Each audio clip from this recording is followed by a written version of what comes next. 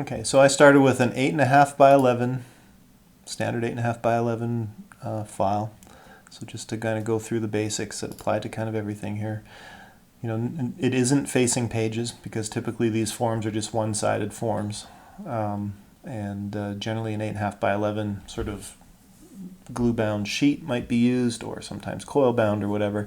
We're not too worried about that. You know, a form is pretty typically just printed off on a printer and handed out to gather feedback from people, or pre-printed. So our specs are going to be really, really basic. I'm just giving it a pretty tight margin of a 1/4 inch, just because that'll fit right on the default 1/8 inch grid, so that's fine. And you know, no bleed, because most of the time a desktop printer doesn't print over the edges anyways, so we don't need to include bleed either. So it's really, really almost the most basic document setup you can get. Okay, so from here, it's really just about diving right in and getting my elements on my page. So my first thing I'm going to do is I'm going to go and grab the logo that I've downloaded for this, which is going to be a vector file.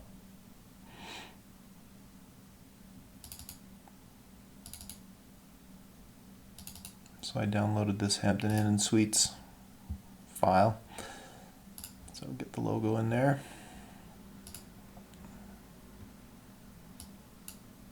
And there we go. Okay, so first thing, I haven't even opened this file in Illustrator yet, and you're like, oh, this kind of sucks. What's going on here? Well, there's all this extra crap in there. So let's go just clean up our vector file quickly. That's not going to take any time. Okay, so I'm just going to go links. And vector logo should open Adobe Illustrator if I've got my default editors set up correctly, which I do. So there we go.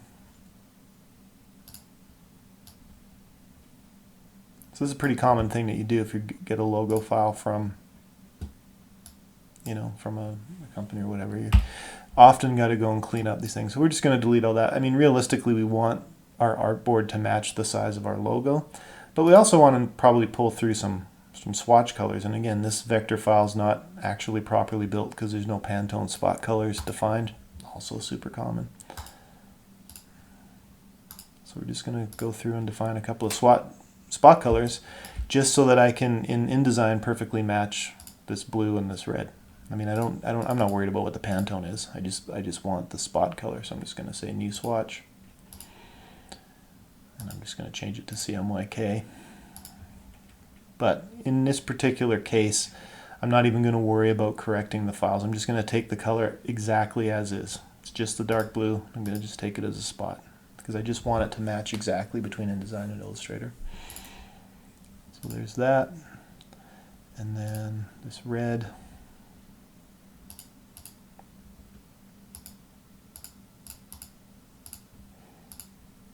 There, so those two spot colors are now available when I import this into InDesign. Like I said, the artboard doesn't match the size of the art, so that's why when I pull it into InDesign, it's got all this extra space. So let's just resize our artboard right down to fitting this logo. I mean, as an import option, you can choose to crop to the art versus the artboard. I just like it to fit the artboard. Personal preference is all. Okay, so now I go back to over here. There you go. InDesign is updated. There's my logo. Whoops. Make sure we grab that. And my swatches now have those two spot colors available. So if I wanted to do this form in color, I've got those colors available. Okay, so I'm not going to really do anything in terms of worrying about size. I'm just getting it onto my pasteboard just so I can start working with it as part of my layout. My next step is to import the text from the raw document. So that's pretty typical thing. Somebody's going to give you a Word doc, or maybe if they're a little more on top of it, they're going to give you a Google Doc, and they're going to want you to build a form out of it. So this would be a pretty typical kind of thing. So I've done a little bit of formatting here just to sort of indicate some basic things, like whether or not it's a text checkbox or whatever. But I've also put some tabs in place just to use tab formatting here, because that's what we're going to do most of our layout, is just using tabs to get things lined up. But, you know, there's some things in here that are indicated like checkboxes and, also on a scale of 1 to 5, this doesn't indicate what sort of style we're going to do with 1 to 5. I'm thinking I might use like a star rating system or maybe a happy smiley face. I don't know. But that's sort of part of the styling that we can do in the form. But for now, this is just, actually, realistically, this shouldn't be text like this. It should be a comment.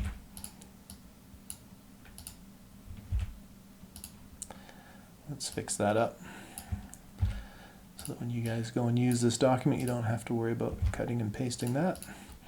Okay, so now I can just do Control A to select all and copy. Okay, go over to InDesign, go into my text block, paste. So this is what I'm going to get just as a raw text to start working with styling in Adobe InDesign. So just because of the way Word docs and Google Docs work, you're going to have some empty paragraph tags. I just go through and delete them right away because we don't want those. So there we go. So this is starting to give me an idea of how much space that I have. This is a fair amount of content from a form perspective. It's, by the time I add in all the spacing and things like that, it's probably going to take up the whole page, but that's sort of the challenge we've got, is make this whole thing fit on a single 8.5 by 11 page, but still be usable and legible for print. So I'm thinking right away, this sort of intro message here, I think is better used. I don't want to waste this header space, so I'm going to left align my logo, and I'm just going to move that kind of intro block up there. What I'm going to do is I'm just going to thread this down to a second text frame.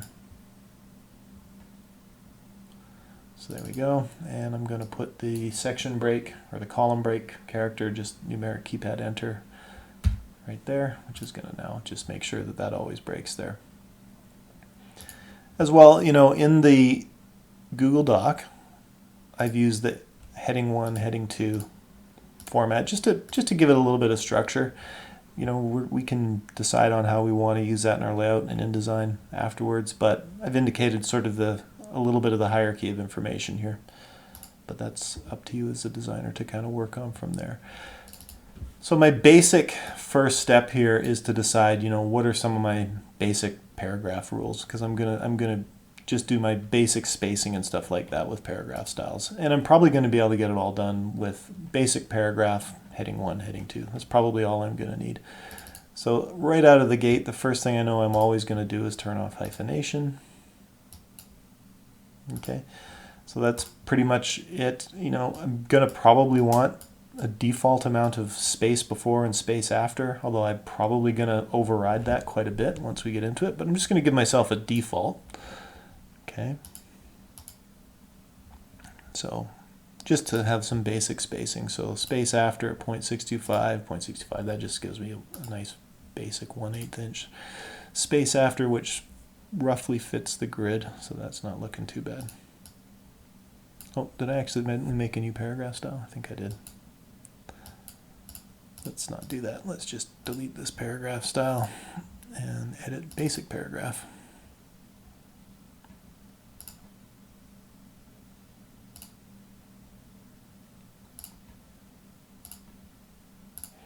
There we go. So that's starting to give me a little bit of an idea about how much space I'm looking at. A 12-point font, that's pretty large for a form, but it's not too bad. For a form, you kind of want your body copy can be a little bit larger because we're going to be giving people more space to fill things in. So this is kind of a mix of checkbox, little star elements, and we're going to also want to get some text areas that people can fill in give them their comments. So we want to start to get a sense of how much space I actually have on this layout to fill in these text block areas. Please share any additional comments related to our restaurants in the area below, and then the comment is a text box large enough for about 100 handwritten words. Obviously everybody's handwriting is totally different, so you just, at the end of the day, you sort of can't really control that too much, so you just have to give a reasonable amount of space to give more feedback if that's the type of thing that would be included in this form. Okay, we've also got sort of checkbox element here, and then we've got these kind of bullet points. So maybe I'm going to want bullets, maybe I'm not, but I'm going to decide that once I get into the design. So my next thing here is, now that I've got my basic styles, let's pick some fonts. I'm thinking that maybe in this particular case, my title style might use sort of a script type of font. So let's just go over to Google Fonts and look up a script type font. I probably already have one installed, but I don't know them off the top of my head.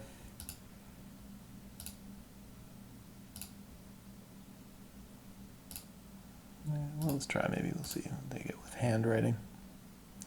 So Dancing Script doesn't look too bad. Pacifico doesn't look too bad. Actually, Pacifico looks pretty close in style. I think I have Pacifico installed as well.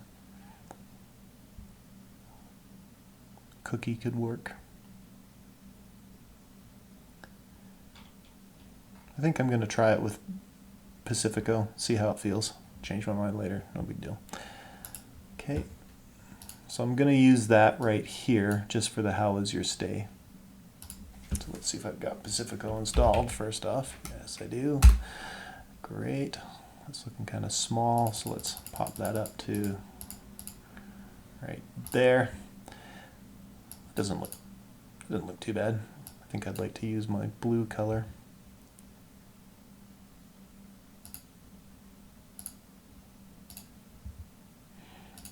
And let's change out hotel name with Hampton Inn and Suites while I'm at it. Everything else can kind of stay the same, part of a template. Okay, so that's I'm thinking that's my title style. I'm gonna, I could just leave it as an inline style because I'm not going to use it really anywhere else in my document. So it's kind of six wasn't half dozen the other if I decide to make a paragraph style out of it. But now I want to decide on what I want to use for my main body copy font. Minion Pro is just a default. I don't know that I particularly like it that much, but I do want to stick with something that's a serif font, I think. So let's just kind of go through and pick something that I like. Palatino's kind of a nice classic typeset. It's still a little wider than. Could I get away with a light? Probably not.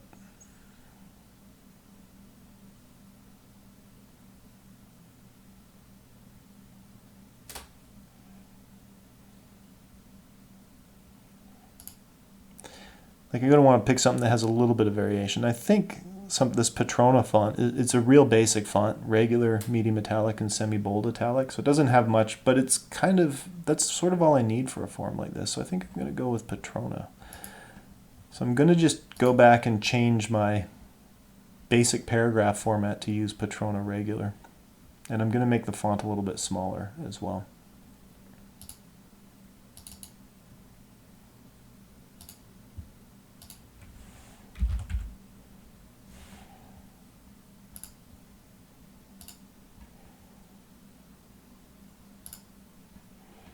Okay, so that's working decently enough there. Okay, so I think I'm sort of happy with my basic body font. So now what I'm going to do is I'm going to go through and make my header styles just to start bringing in some differentiation on these. Okay, so I think I'm going to see how this looks. Semi-bold italic. Actually, that wouldn't apply there.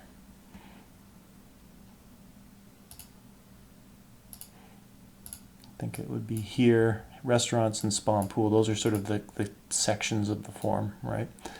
So that's where I'd want a header style. So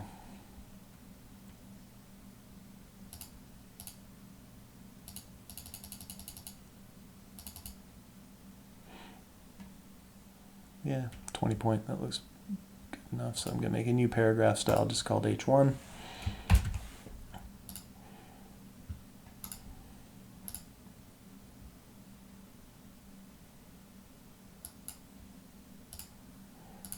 Great.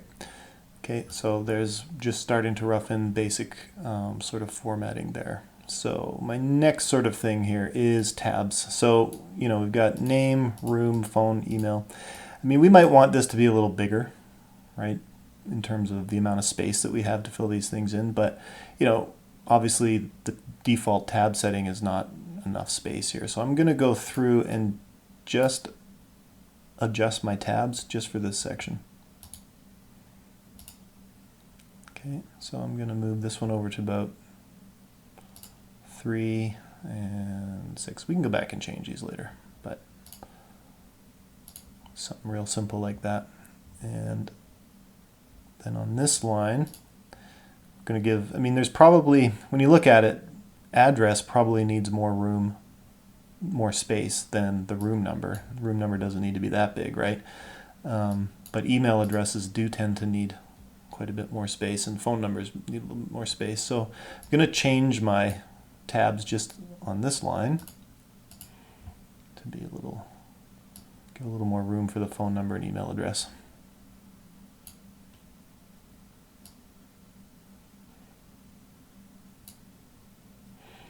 As well, you know, the address typically is kind of a lot longer than the city name, and the postal and zip code is quite short. So in this particular case, we're going to just move, I think, city. Well, I'll line it up with the email tab, see how it feels from there.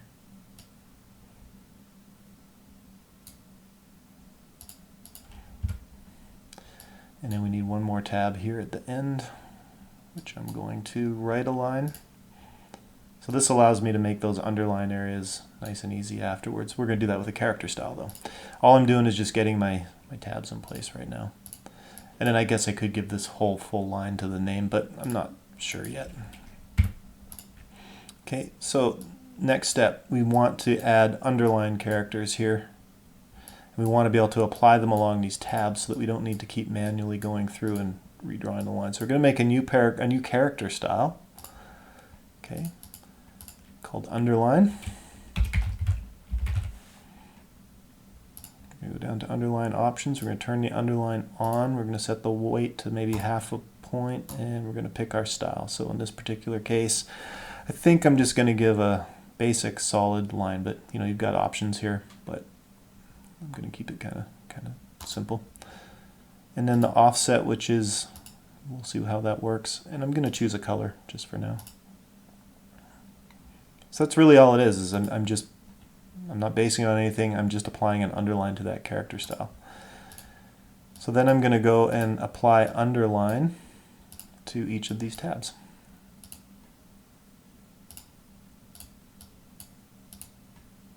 Oh, got a tab here, so let's put in a tab space there. I got to adjust that tab later.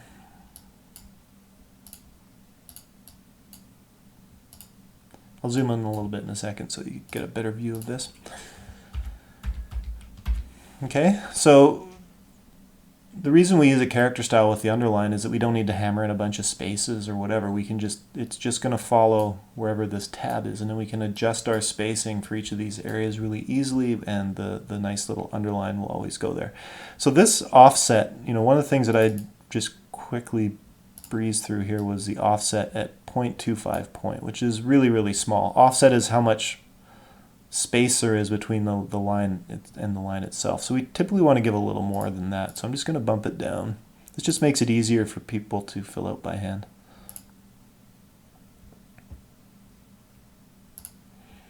So I'm just adjusting my offset. I'm using my character styles there. And like I say, I forgot to tab in this email to make it longer. So let's just select this whole line, this whole paragraph, right? Type tabs.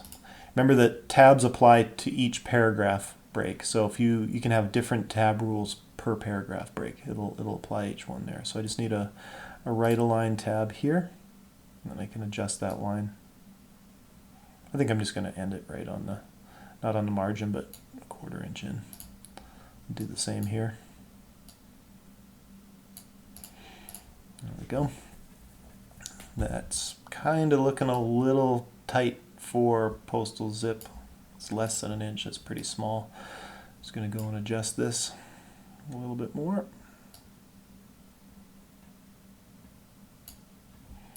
There we go. I think that's probably still following a bit of a grid, but it's just giving a lot more space for the stuff that needs more space. So lots of room for an email address. I mean, do I need the name line to go out longer? Probably a little bit.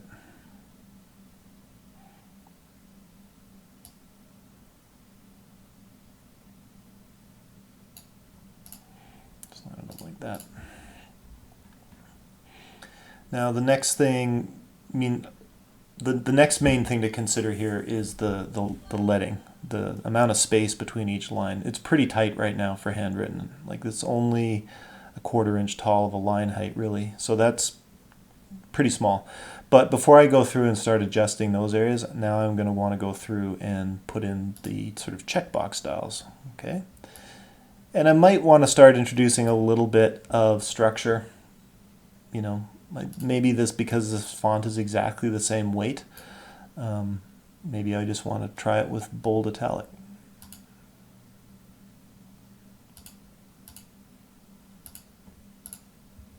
I haven't made it bigger, but I still want it to stand out a little bit from there.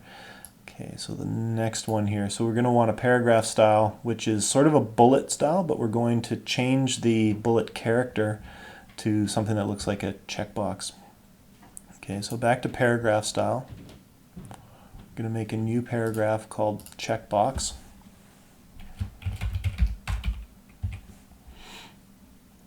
Okay, and we're going to go down to bullets and numbering. Okay, I'm going to say bullets. And then we're going to want to add a new type of character, because these default characters here are just the default glyphs, and they're somewhat limited by the fonts. So sometimes if you want different like checkboxes or whatever, you might need to change the font. But a lot of fonts have a basic box character. You just got to find it in the glyph library.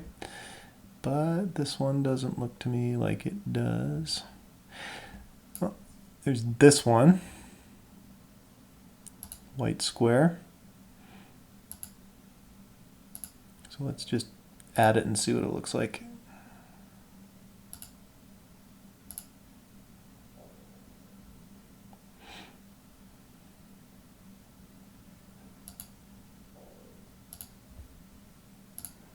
So just as a basic, there it is. I mean, it's pretty small, right?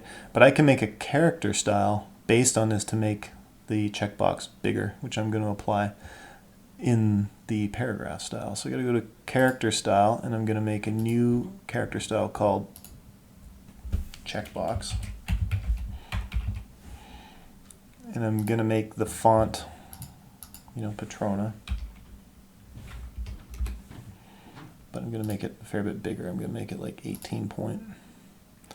And I'll make it blue just to see how that works. So now I'll go back to my paragraph style, go back to checkbox, go down to bullets and numbering, change the character style to checkbox. And now you can see those checkboxes are a fair bit bigger, and they look pretty decent there. So now we kind of want the indenting to line up a little bit better, right? So we want to change the indent here. Like I've got the tab position is 0.5. That's fine. I think that's a good place to put it. Let's just move the tab indent so these checkboxes are a little closer.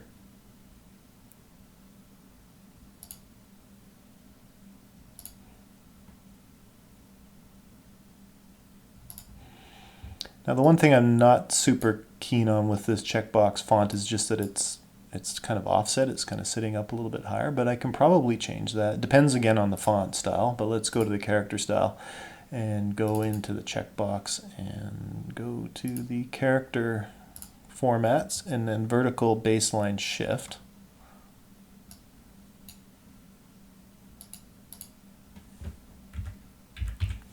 Let's see what a quarter, actually that's going to be way too much.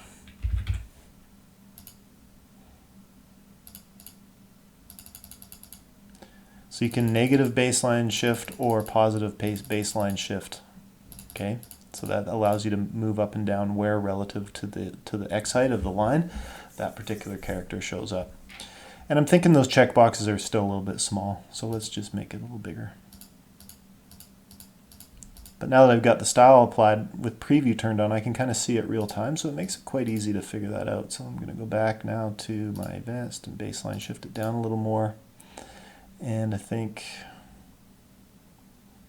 I wouldn't mind seeing a little more space now on that size. But again, the spacing of the bullets is set in my paragraph setting. So I'm going to hit OK here, go back to my paragraph styles, go to my checkbox, and enter my tab bullets and numbering. I'm just going to change that left indent to be a little less, just to give it more breathing room.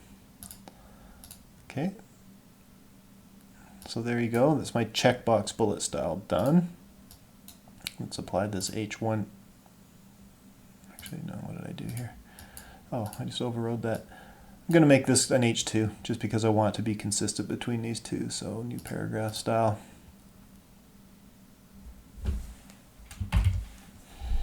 H2. Now I can just apply H2 and it'll match there. Okay, so I have this yes and no kind of thing here, right? So this is a little different than a, let's just turn that off. This is like a little checkbox. So either we're just going to want people to circle yes or no.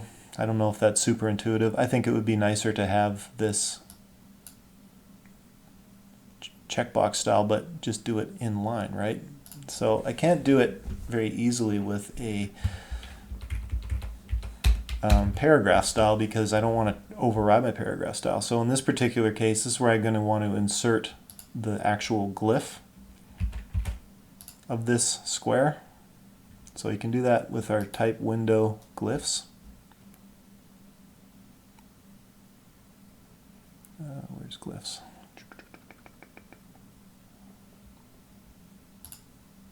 Okay, so the glyphs table brings up all of the special characters available in the font set. And I know I used this, right, this white square. So when you hover over it, you know, glyph ID 940, Unicode 25A1, and name white square, you can actually hand code these as shortcuts, but InDesign kind of makes it easy. You just double click them and it puts it in there. Okay, and now I don't have to worry about choosing the size again because I've already got a character style called checkbox.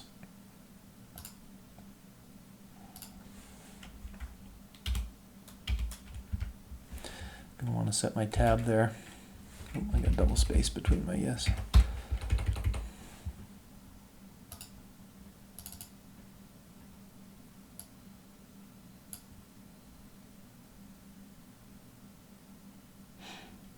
Oh, that's kind of interesting. What font is that? I'm not sure if that's going to show up for everyone, but sometimes you can kind of use those. I tend not to rely on these kind of wing-ding fonts, but you can use them. Depends on what you're using them for. But yeah, what have I got as an override here?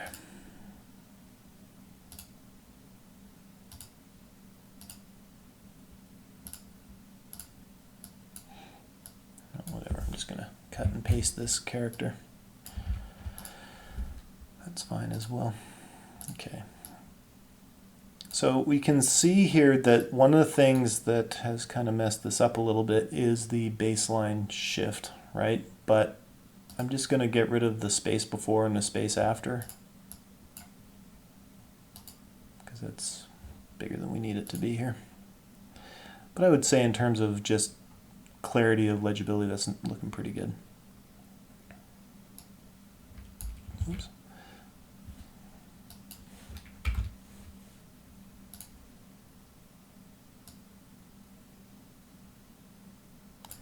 So we kind of want to bring in some variability here so that you can kind of tell that this is a subset to this. And I forgot to apply my H2 to that, didn't I?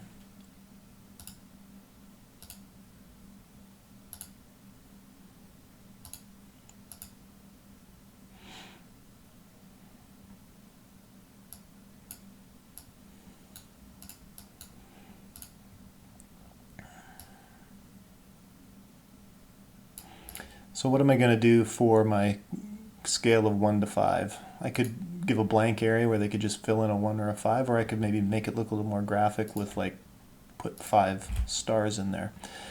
So, you know, there's a couple of different ways that you could do this. You could find a glyph style that is a little star or whatever, but I want a star that you can sort of kind of color in, I guess. So I think my easiest way to do that is in Adobe Illustrator to make myself a little 5-star graphic so that I can just use it all the time.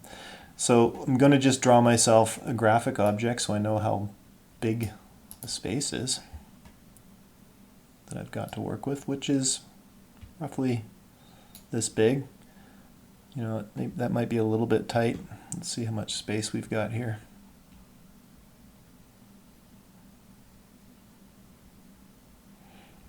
Yeah, I feel like I'm wasting quite a bit of space over on the right hand side. So this is where I might choose to change this to a 2-column. So I get the did you dine at any of our on-site restaurants, yes or no.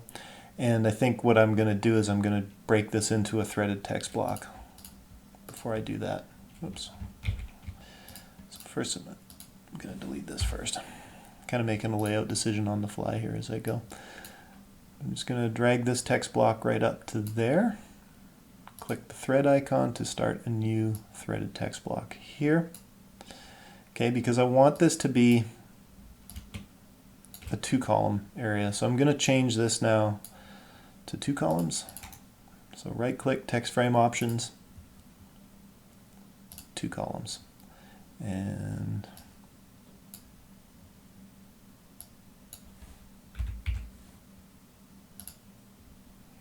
just a slightly narrower column there just to line up on the middle. Doesn't really matter though on the grid. And I think what I'm going to do is I'm going to hard return this just to give this a lot of space. I mean, I'm not super keen with that spacing right now. I'm not actually super sure why the offset is creating so much space there, but I'll dig into that later. And then I just want this to go over to the 2nd column, so I'm going to replace the paragraph break with a column break.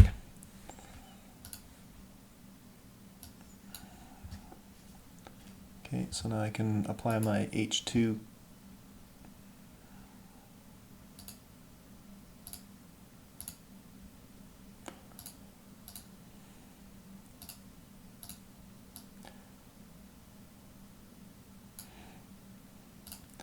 And then again, I think where this, please share any additional comments related to your restaurants area below, I don't want that in single column. I would like that to be back over on the left, so just thread a new text block.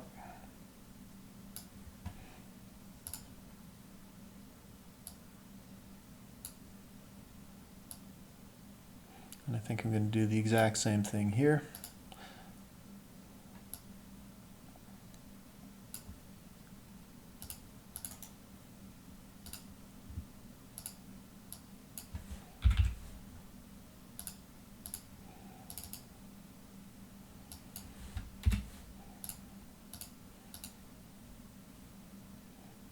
So again, I'm just going through and applying my paragraph styles just for consistency. Although that's not consistent because I didn't apply that, but I'll go fix that later.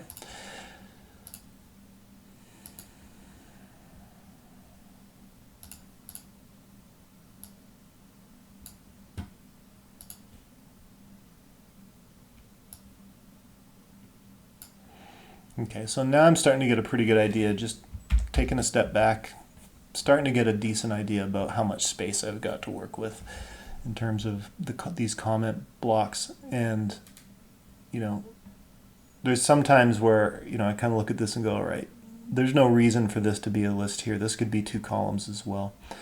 So again, this is why we use the paragraph styles and stuff like that, because we really want to be able to use our text blocks kind of efficiently. So if I want to break this into 2 column, I'll just rethread this one in the middle here. Now, okay, so it's going to put this bullet point right in there. And I'm going to change this to text frame options 2.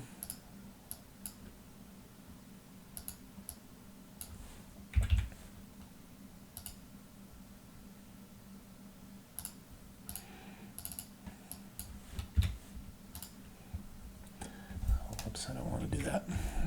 Okay, so what I'm going to do now is, because this is broken into 2 columns, but I want these bullet points to go over. I'm just going to restrict that, just basically make the text block, text object smaller so that it only fits those two, and now that allows me to independently resize these different sections. And because I've used column breaks, I don't have to worry too much about stuff refloating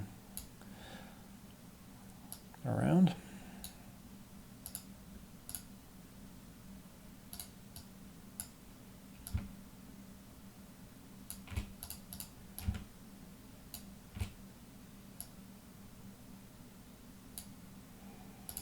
Okay, so this is starting to come together in terms of giving me an idea of how much space I've got to work with that. So I think I kind of want spa and pool to be separate from that area below. I sort of want these comment boxes to be their own independent group objects.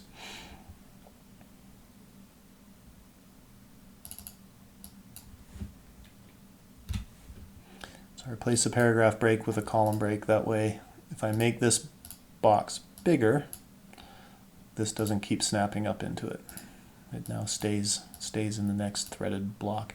So now I can kind of use the text object, you know, I can put this comment right inside the block because, you know, the amount of space that we've got is a little bit limited. So I'm going to just go and apply a border to it.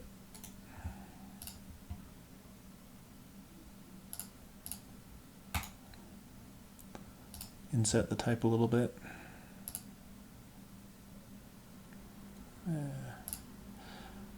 Stick with the grid.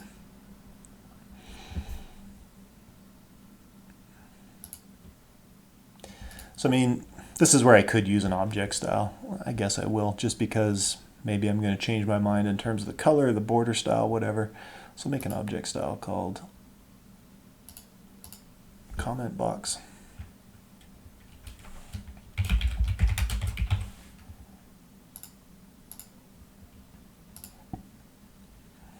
Okay, so now I've got that object style applied there. And now I'm pretty free to kind of move my blocks around and resize things and stuff so that, you know, things can be easily filled out by hand. So the only thing I really have left to do is figure out what my little star rating type graphic's going to look like. You know, here I've got plenty of room on the right, but down here I don't. It's a little tighter. So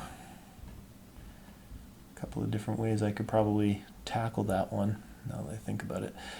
Maybe it's going to make more sense to make this a 3-column break because there's still quite a bit of white space,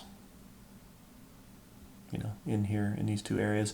And just because of the way the spacing is working here, I'm not super digging how the offsetting is, so I might have to just do that as its own little kind of text block. But I'm trying to make as most efficient use of the space that I can, but I want some consistency between these different sections. So yeah, I'm thinking a 3-column block is actually going to work better here.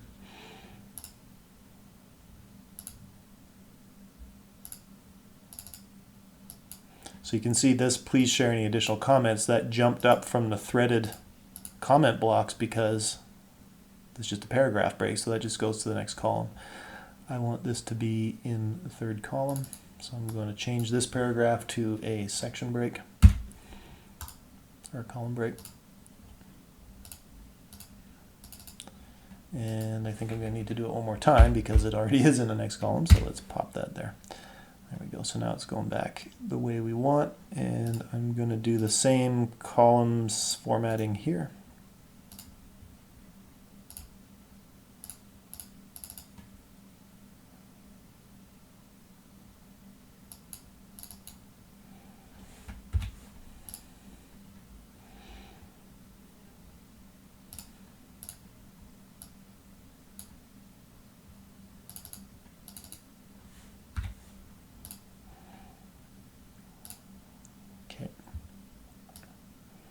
I'm just going to keep this format. I'm just going to copy and paste this, even though I'm pretty sure I'm not going to leave it in line like this. For now, I'm just going to put it there just so I don't forget it. Okay, so now I'm getting pretty close to done in terms of spacing and format. It's going to go to preview mode. Kind of take a look at it. I can tell this is still pretty tight. You know, this is This isn't going to be super easy to fill out. I think more space, but I've got quite a bit of vertical white space to work with here to make this handwritten area pretty easy to fill out. But yeah, I think overall pretty good. I just don't think I need so much space between these lines. Those are pretty wide. I mean, I'm going to put in my 5-star graphic, but I'm going to decide that once I've got all my layout elements in place. So, you know, I can look at my grid and I know that I've got a 1/4 inch, but I mean, let's just measure it out just to see what we're actually going to want to make our Illustrator graphic fit. Okay, so about there. So 2.5 inches by 0.25 inches, 1/4 by 2.5.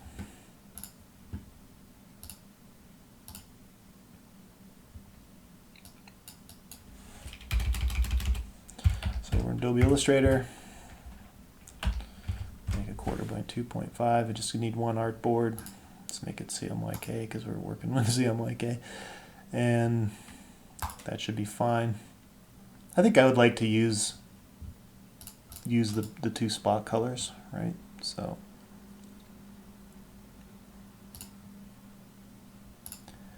just go through and clean up all the default junk.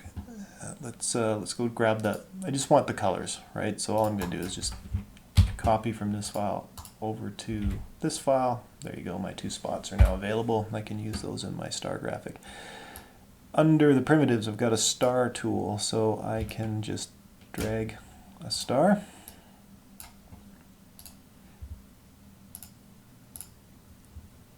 I'm going to make it red.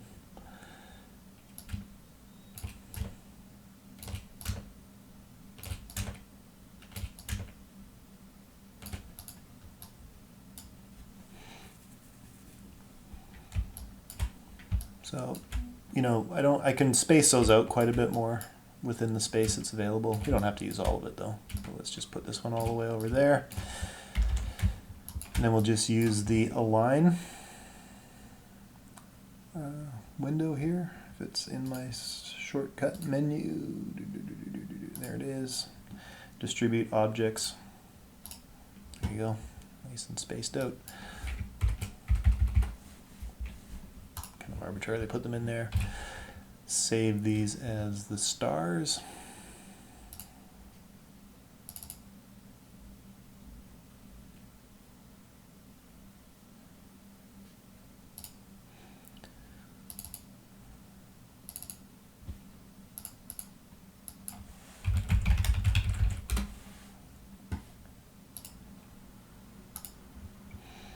Okay, so in my graphic block now, place my rating stars. Did I not? Oh.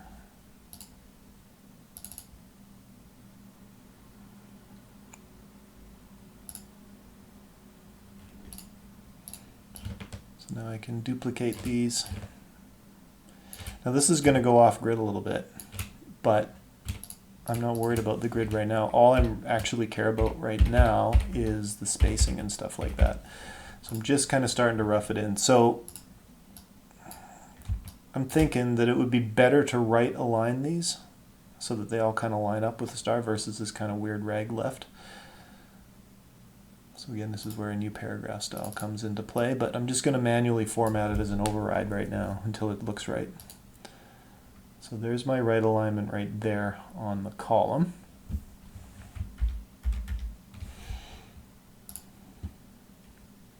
So let's just move our stars over to fit in the column there, which is right there. And now we're going to, I think we're going to tighten up the vertical spacing because it doesn't need to be that big. So let's change our space after. Right about there actually probably looks pretty good. But I think what it's going to do is it's going to make our stars look pretty tight, isn't it? Let's just see how that goes together.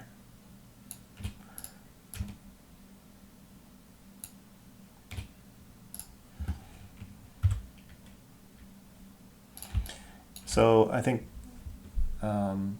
Phoenix was saying that, you know, the quality looks really crappy when you place a vector file, and it does. It looks like this, but that's just the display performance. If you want to see what it looks like in print, you just change it to high quality display, and then you actually see what it looks like, which is good. So I mean, I think that that's actually not too bad. In terms of spacing, it's a little bit tight, a little, but I don't think it's too far off. I think I'm okay with it. I think I could really use that to just, if I wanted to indicate how many stars, I might circle it or whatever. But again, I'm not, until I actually sit down and fill this out by hand, I'm not sure. But anyway, let's go make a paragraph style out of this first. Whoops. Yeah. I'm just trying to hit W to go back to layout mode. Okay, so I had overridden this style in the paragraph style, so now I'm going to make a new one just called basic right align.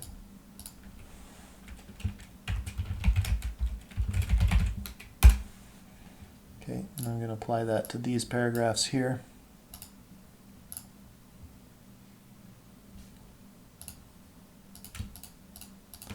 Duplicate my stars.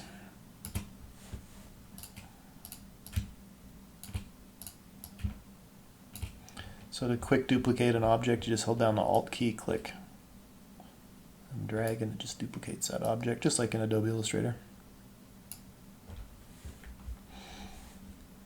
Because we kind of got a couple of things going on, a couple of little widows. Like in a form like this, I'm not necessarily going to sweat, showers being on its own line. Because if I were to kern this down to be tight enough, it'd be super tightly kerned. So what I'd prefer to do actually is just hit Shift for a line break, just to bring and down, and then cool accessories. And I think we could get away with tightening the leading up as well. We got a bit of room there. So let's do that in our paragraph style.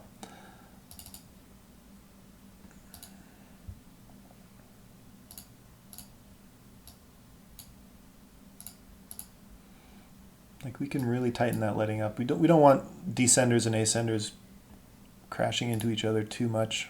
But 1 point can make a difference. So I think 11 helps there. And I think I'm going to just add a little more space between each kind of paragraph. Yeah, I think that's actually looking about right.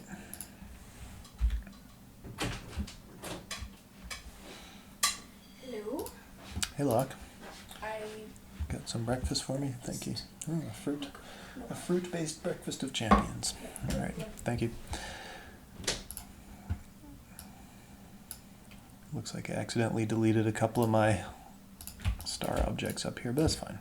We're just going to kind of go through and just eyeball these now. I've got my spacing. That's really all I care about. So I can just kind of nudge these using the arrow keys. I'm going to go to preview mode, just a little easier to see it.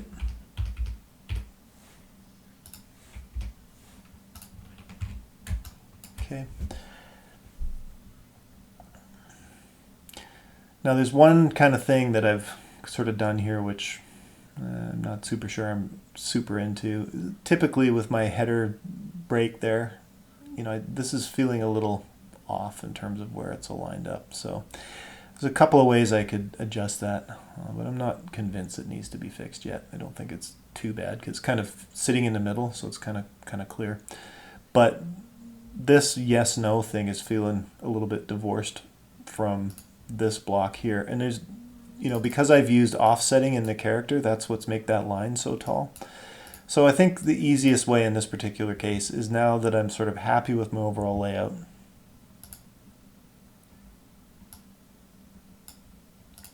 I'm just going to copy and paste this text into its own text block, but I'm going to be careful not to remove this section break character. I want that to stay there. If I accidentally move that, if I cut that out of this text, it's going to then bump this text into this column, which I don't want. So I'm just going to cut that out there, and I'm just going to draw a new text block. And this is where form layout does diverge a little bit from other kind of what I'd call best practice things in design layout, is that You wouldn't necessarily always do that, but in this particular case, it makes sense to do that because it's just the easiest way for me to control the spacing of this. So same thing down here.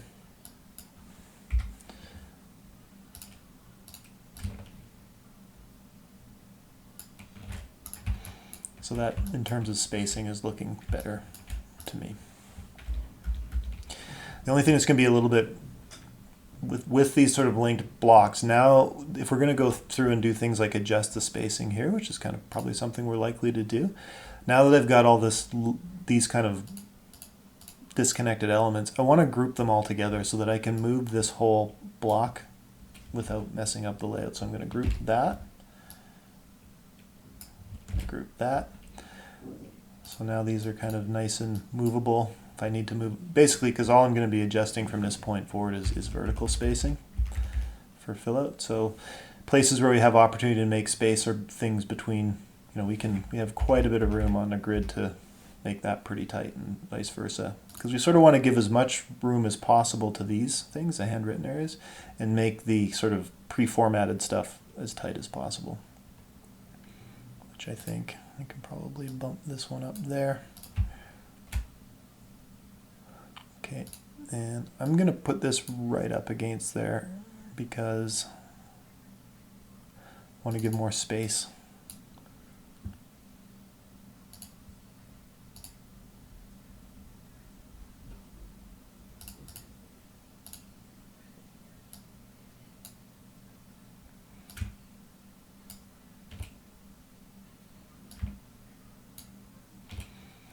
Okay, so I'm feeling like that's got quite a bit of room now to fill out. You can see where my column break bumped down there, so I'm just gonna... Oh, I forgot to column span this. So I don't want this breaking over there, so I'm going to change my column span on this header here. Where's my span columns? Normally it's up here, but I guess...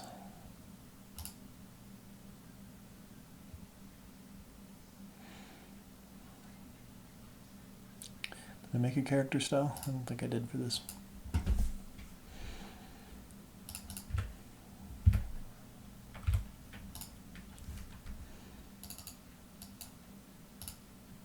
Oh yeah, it's H2. So I'm going to set my H2 to span columns, but if I were to do that right now, okay, that would break because I'm using H2 here. So I just want a version of H2 that spans columns. So I'm going to make a new paragraph style.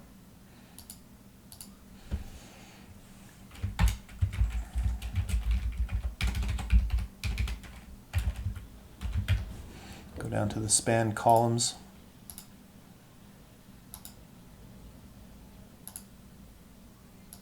Okay. So because this is based on H2, if I did something like change my font or whatever, that would flow through, but this now spans columns here because I didn't want that line breaking there, so you can kind of get that all working within one text block. Okay, so then I hit save, go back to my preview mode, and I'm going to call that form done and ready to go. Ready to test fill out. Sometimes too, like I've made some changes. I put this type right in the text block, so I'm going to change the type to make a little more sense. I'm just going to say here.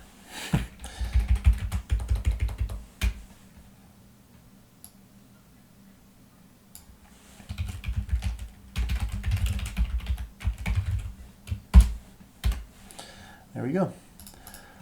Form pretty much done. I mean, I could print this out on my printer. You guys won't be able to see that in the screen share, but that's pretty much all there is in building a single page print form. But you're going to get a lot of practice with using your object styles, using your tabs, making sure that you're using your paragraph spacing. That's all going to come into play, as well as choosing your fonts and stuff like that. Now that I've kind of gone through and I sort of look at it, I think for consistency, I like how this Pacifico font is working. So my H2, you know, I didn't even make a style out of it. This I did, right? This is a paragraph style, which is H1, but I've applied an override. What did I override? Apparently not much. Anyways, must have added something, but I'm going to just go change my H1 to match this font, but a little bit smaller.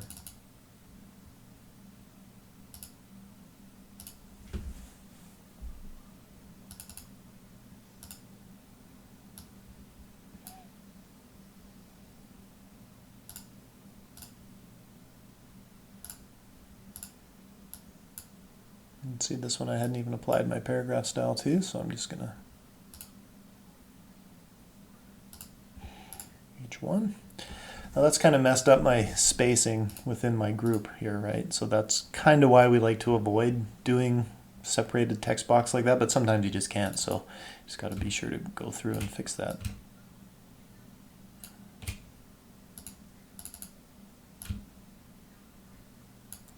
But that's exactly why we sort of avoid doing that, because ideally we'd like our paragraph spacing to all kind of automatically flow when we make a change to the layout, but I'm thinking that's kind of working pretty well.